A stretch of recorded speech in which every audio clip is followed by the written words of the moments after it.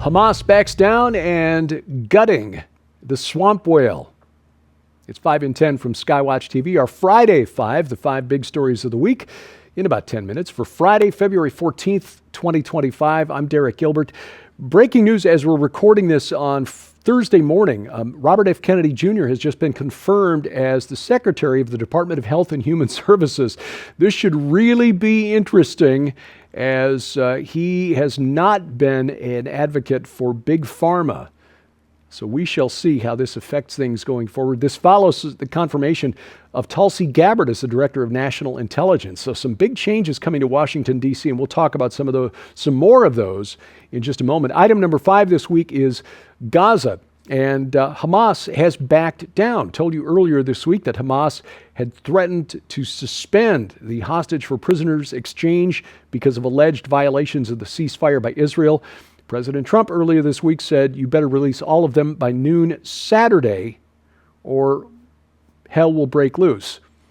This was followed by Israel's Prime Minister Netanyahu announcing that they were calling up a lot of IDF reserves and deploying soldiers and reserves to Gaza in advance of what would have been a resumption of military operations in the Gaza Strip. Hamas now is saying on a social media channel affiliated with Hamas that they agree to return the hostages and implement the deal as pledged.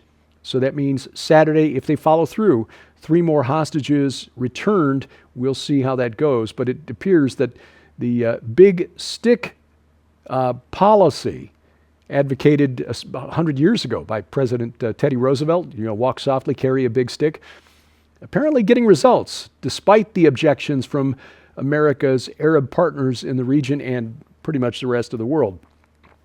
Meanwhile, we should point out that going back 5 years, then President 45 Donald Trump offered Palestinian Arabs what he called the deal of the century, which was an independent state encompassing most of Judea and Samaria and the Gaza Strip, with some new land inside Israel in the Negev for manufacturing and agricultural zones outside of their current holdings in Gaza, and all of these areas to be connected by bridges or tunnels that would bypass Israeli security checkpoints, so they wouldn't be slowed as they tried to go from one area to another. Hamas said no, the Palestinian Authority said no, and since October 7th of 2023, now 70% of Israel's Jewish population say there will never be an independent Palestinian state. Hamas instead opted for violence, and they will never get an offer this good again. Item number 4 this week, Ukraine. President Trump said negotiations to end the war between Russia and Ukraine will begin immediately. This followed a telephone call with Russia's Vladimir Putin, and that was followed immediately by a phone call, lasted about an hour reportedly, with Ukraine's President Volodymyr Zelensky.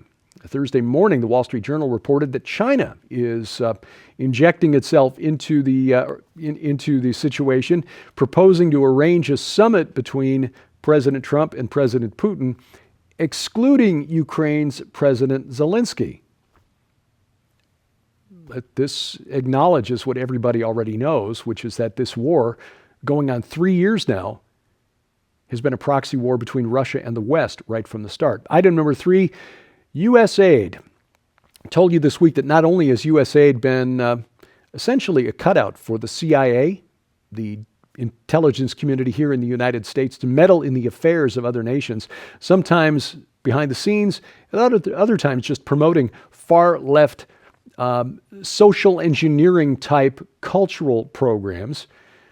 This week, independent journalist Michael Schellenberger, reported that President Trump's first impeachment was prompted by a CIA analyst who cited the work of an allegedly independent journalism site called the Organized Crime and Corruption Reporting Project as justification to blow the whistle on President Trump, which then led to the Democratic Party-led House of Representatives to impeach President Trump. USAID reportedly has hiring and firing authority over key personnel of this group, the OCCRP, and approved its annual work plan. So USAID essentially gave this allegedly independent journalism organization its marching orders which then an analyst for the CIA used to get the Democrats in the House to impeach Trump. Now, this is bad enough when it's happening inside another country, but when a U.S. taxpayer-funded entity, an arm of the United States government, is actively working to take down the government of the United States, that's not only illegal, it is perhaps treasonous. And this may explain why President Trump is going so hard after USAID and the CIA to get it to depoliticize those entities. And that leads to topic number 2, which is DOGE, the Department of Government Efficiency.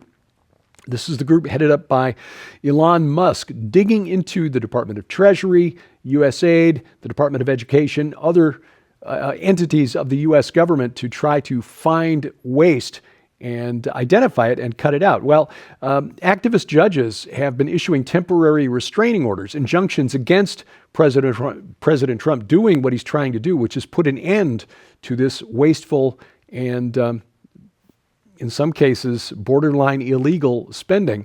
On Wednesday of this week, U.S. District Judge John McConnell reaffirmed one of his temporary restraining orders, or a previous temporary restraining order, placed against the broader funding freeze that the White House had placed on foreign aid and other projects, while the U.S. Department of State tries to figure out, okay, what money are we sending overseas is really, really worthwhile. But Judge McConnell, in his clarification, because an appellate court had refused to hear the case, they kicked it back to Judge McConnell to clarify. He said that the government does have the power to limit access to federal funds in accordance with applicable laws. In other words, he can't stop the funding, but he can pause it. President Trump can't stop it, he can pause it. The question is, how long does a pause last? What is a pause? What's really interesting is that Tuesday afternoon, Speaker Mike Johnson, who's apparently on board with what President Trump is doing, indicated how the White House is pivoting now after these judges have come out and tried to stop him from doing what he and Elon Musk are doing. Speaker Johnson said to the press, quote, "We have a $36 trillion federal debt." It's actually more than twice that when you include unfunded liabilities, but I digress.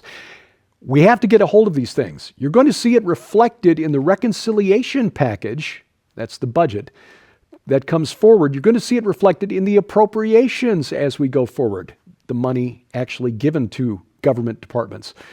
"And you're going to see it in these efforts to cut waste, fraud, and abuse. And we think the final number on that is going to be substantial and a game changer in Washington," end quote.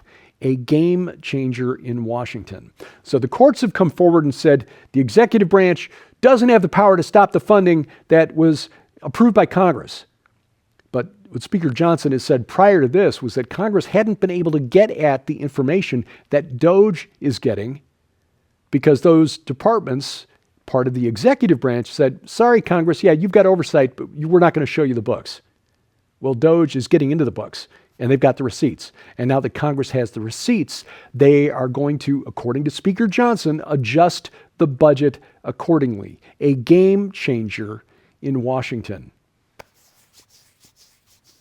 Things are getting interesting. Coming up, a congresswoman from Illinois has an interesting theory on why there aren't more women in manufacturing. You'll never guess what that is. Tell you next on 5 and 10. You can support the ministry of Skywatch TV and our continued efforts to share the gospel of Jesus Christ throughout the four corners of the world and receive your very own copy of this incredible masterpiece when you order the World Before the Flood special offer.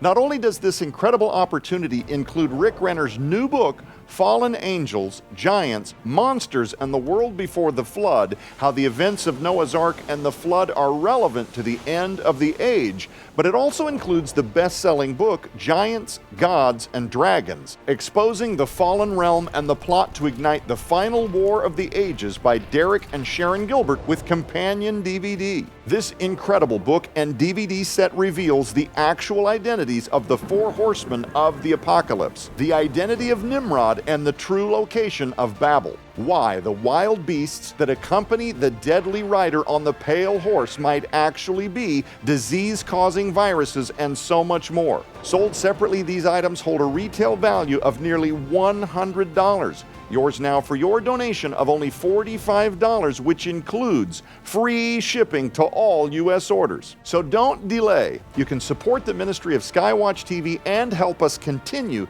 spreading the gospel of Jesus Christ right now by scanning the QR code on your screen using the camera app on your phone for instant access to this special opportunity.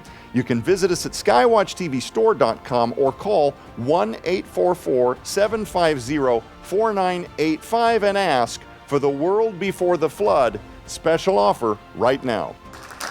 Item number 1 today, words matter. And even more importantly is understanding what words mean matters. Representative Jan Schakowsky of Illinois represents some of the northern and northwestern suburbs of Chicago, my old stomping grounds actually, out towards McHenry County. She said the reason why fewer women are involved in manufacturing than men is because the very word manufacturing is sexist, because it has man in it. Manufacturing. So there are fewer women who want to be part of a career that says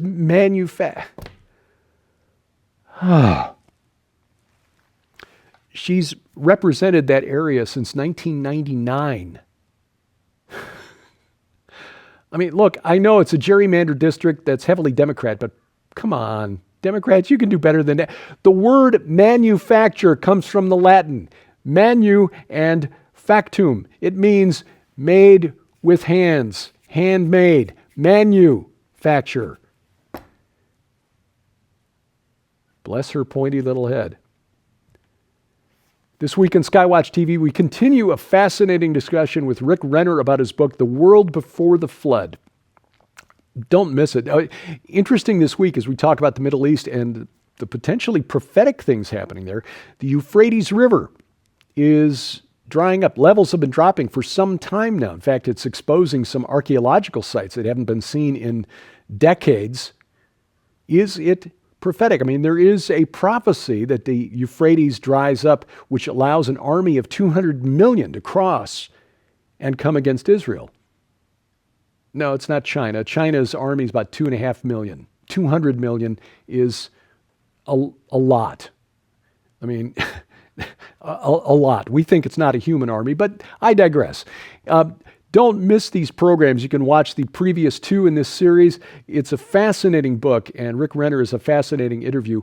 The program is available to watch right now at skywatchtv.com, where all of our video content is always to be found. If you watch over the air, our broadcast schedule is posted at skywatchtv.com/channels. You can also watch it Roku, Fire TV, Amazon Fire TV, or Apple TV. If you've got a set-top box or a smart TV preloaded with Roku or Fire TV, please add the Skywatch TV channel. Bring our content right to your big screen and bypass the gatekeepers of big tech. You can watch it on the internet if you choose. We're at YouTube, at Skywatch Television. Subscribe, share, click the bell for notifications, hit the like button. And rumble.com/Skywatch TV. You can also download to your smartphone or tablet, whether it's iOS, Android, or Amazon Kindle Fire. We've got apps for all of those and links to the app stores at skywatchtv.com/app. 5 and 10, follow us on YouTube. Subscribe, share, click the bell for notifications, and hit that like button. And please follow us on X, formerly Twitter. That's at 5_in_10. And thank you for watching as we keep watch. Have a blessed weekend. I'm Derek Gilbert. This is 5 in 10 from Skywatch TV.